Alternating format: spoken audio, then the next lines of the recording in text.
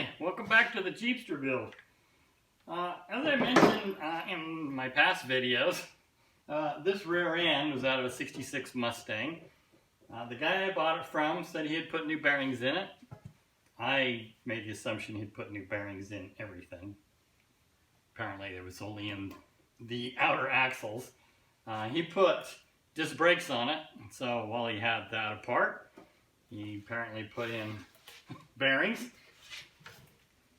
And when I drained this, because it's broke, there's damage in here, and he said there was something wrong with it. It was pretty obvious. When you turn this, there's something broken inside probably the spider gears. Well, when I drained the gear lube out to take this all apart, I only got about a cup of gear lube out. And this was clear full of sludge, like tar sludge. It was thick. So I've got that all cleaned up. I've sanded the axle housing. I've got all of my 4-link suspension all welded on now. So that's ready to paint, and this is ready to go back together. So I want to take this apart and see just exactly what broke.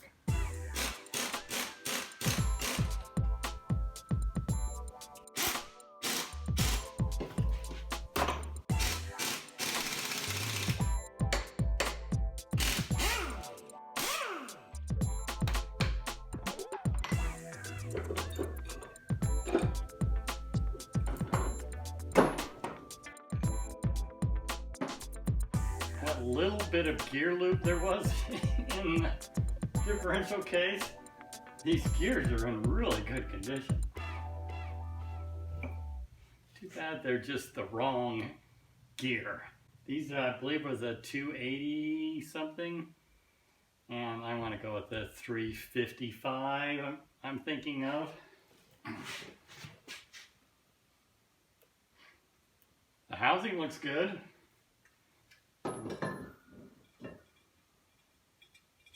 This bearing looks good. I'm pretty sure that the kit that I'm buying has all new bearings, so not concerned with that. I would replace these anyways just for the fact that that was so gunky and tar-like. So since all of these parts look good and there was clearly something broken, the spider gears are inside of this, so I'll take these bolts off this ring gear. See what's in there.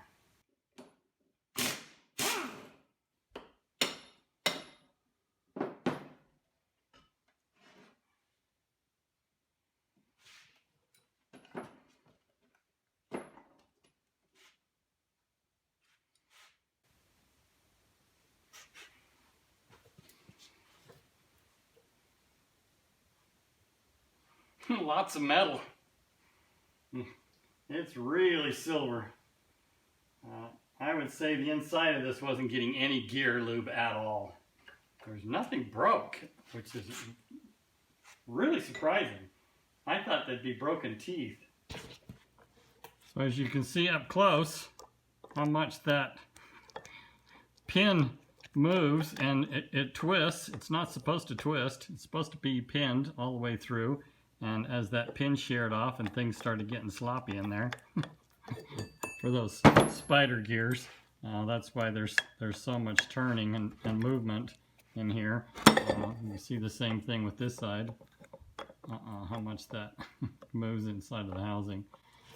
So overall, I'm actually really impressed with this rear end, how well it held up for not having any gear lube, and for what the guy was saying, he was doing burnouts and abusing it. That's a pretty strong rear end for an 8-inch. These two bearings, the races that are in here, horribly scarred. Really deep pits and scars in these. The end of this, the bearing that was in here, horrible scars there too. Pretty deep grooves, heavy pitting. When I knocked the bearing out, it just disintegrated and all the needle bearings fell apart. So, yeah, running that without lube. did a lot of damage, but I don't see any damage on any of the actual pieces that I'll be able to reuse. The bearings, the races, all of that is available. Disposable parts, I guess you could say. But the main pieces, they look great. Unlike a lot of the parts I've been buying over the last couple of years due to COVID that have been so slow to arrive, this actually came pretty quick. What I bought was a Yukon gear and axle differential kit for the 8-inch Ford rear end. Commonly known as an 8-inch. I think it's actually a 7.8 or something like that technically. But I won't even pretend to act like I know what I'm doing because I have never done a Ford rear end before. So I bought me a book. Why not? Most of it's pretty self-explanatory, but when it comes to setting the backlash and making sure everything meets up in the gears, and it's just good to have all the technical specs. Yeah, you can look this up online, but I love getting my greasy fingers on pages. So one of the first things I need to do, I need to check and make sure I have the right kit. This kit comes with all the bolts and the bearings, the seals. So the quickest way before I start ripping into this so that I can't return it is to just verify like the bearing races match for both sides. That's good. Seals. That's good. Along with these parts, it also came with some thread locker for all brand new bolts, which is great. It also has some gear compound that you can brush onto the teeth so that you can test it and make sure the pattern is good. So that's great that that's included in there. So this is a really nice kit. One of the things I learned from my father many, many years ago, 40 years ago, 45 years ago, when it comes to sliding on a part over another part that is intended to be driven on or pressed on, the one you want to shrink, put it in the freezer. The one that you want it to grow a little bit in size, heat it up. Now, whenever you're heating up parts like this, you don't just take a torch to it and get it red hot because you're going to ruin it. We're just talking about warming it up good. I mean, you could put this in a pan and put it on the stove top and heat it up so that you have more control over it. And you take a torch to it. Pretty much just get it to the point where it's uncomfortable to pick up. It's not going to burn you. So you can pick it up with a towel or a pair of gloves. And then it should slide on with ease. So I put this Posi unit in my freezer, and I will just take a torch and slightly warm up these races and slide them into place.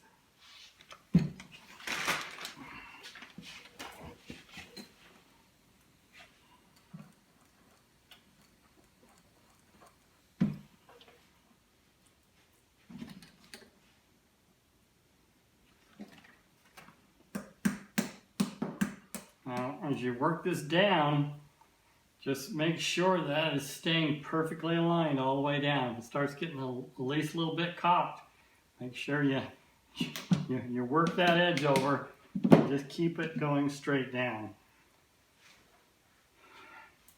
I've done this quite a few times over the years with different bearings.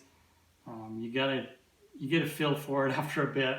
If you're not comfortable doing it, you're worried about cracking one of these races, making some damage, take it to a shop and have them press it on. If you don't have it, press yourself. Now with that done, I want to get my gear on, the ring gear. will press on as well. So this is a lot of area to heat up. This would be really good to put on the stove, put in a pan, put it in a barbecue grill, and that's probably what I'll do. I'll set it in the barbecue grill, get it really good and warm, 100 degrees or so. That should slide on pretty easy. We got this out of the barbecue grill. It's about 100 degrees, 120, I'm guessing.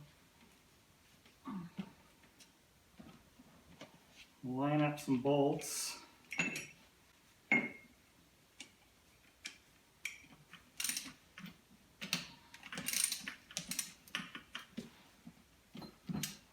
Make sure it's going uneven.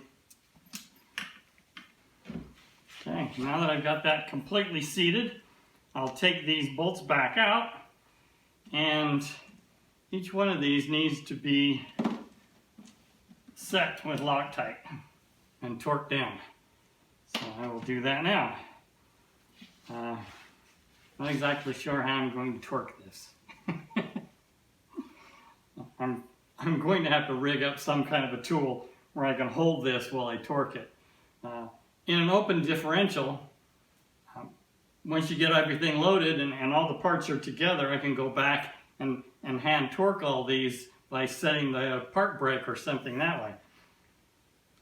Since this is a closed diff, once you slide everything in there, you can't go back and tighten them back up. So I'm going to have to rig up some way to hold this while I torque all these bolts. With this ready to go, we just need to put in the bolts and torque those down. I went ahead and put this together. Just a matter of sliding first bearing on. Make sure you get that crush sleeve. This is the old one. Put the crush sleeve in there, slide it into place.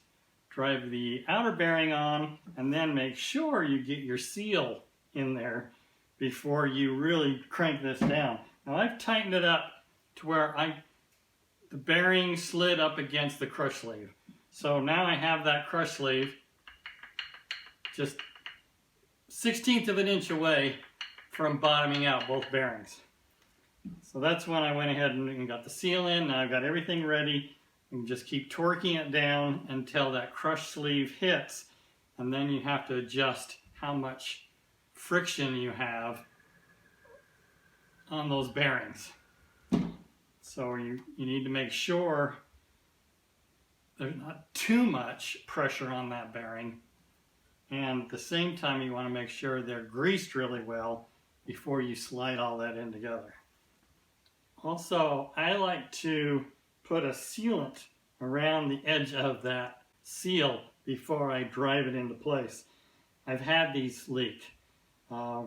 If there's a scratch, a little bit of grit or something that gets in between those two surfaces, then you just don't get a real tight seal. So put a little RTV sealant around it.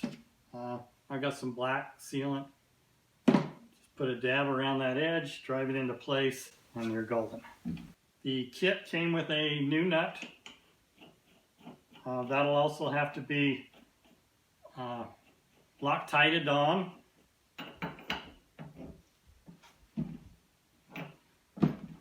Also, I like to put a little bit of grease around this to go up against that brand new seal so I don't damage it. So I put all this together, I got it in my vise, and I torqued it down. I bet I was 225 foot-pounds of torque before I maxed out my torque wrench, and I just could not crush that crush sleeve. I just couldn't do it. Still had too much slack, too much movement, so I had to give in. I just couldn't crush that sleeve. I even broke a ratchet. Put a pipe on it, the old cheater pipe, broke the ratchets. Yeah, keep that in mind if you do this project. There are some things, unless you've got presses and high impact or high torque capabilities, I couldn't do it. So now that I have all this together, the tension on this has to be set with new bearings, about 13 to 15 pounds of pressure. Was able to get that set correctly. So now it's just a matter of putting the rubber seal in here, the rubber O-ring, put a little grease on the inside of this. I've got my gasket that goes in here. Here's actually a couple of them. Well, take that back. There's 3 of them. The original, it appears it was just set up with one fairly thick gasket.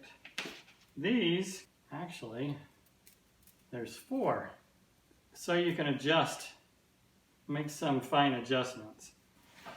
I'm going to go with 3. And then once everything's together, everything's torqued down, then get a good feel on how everything sits and what the lash is and what all the movements are, and we'll just have to go from there.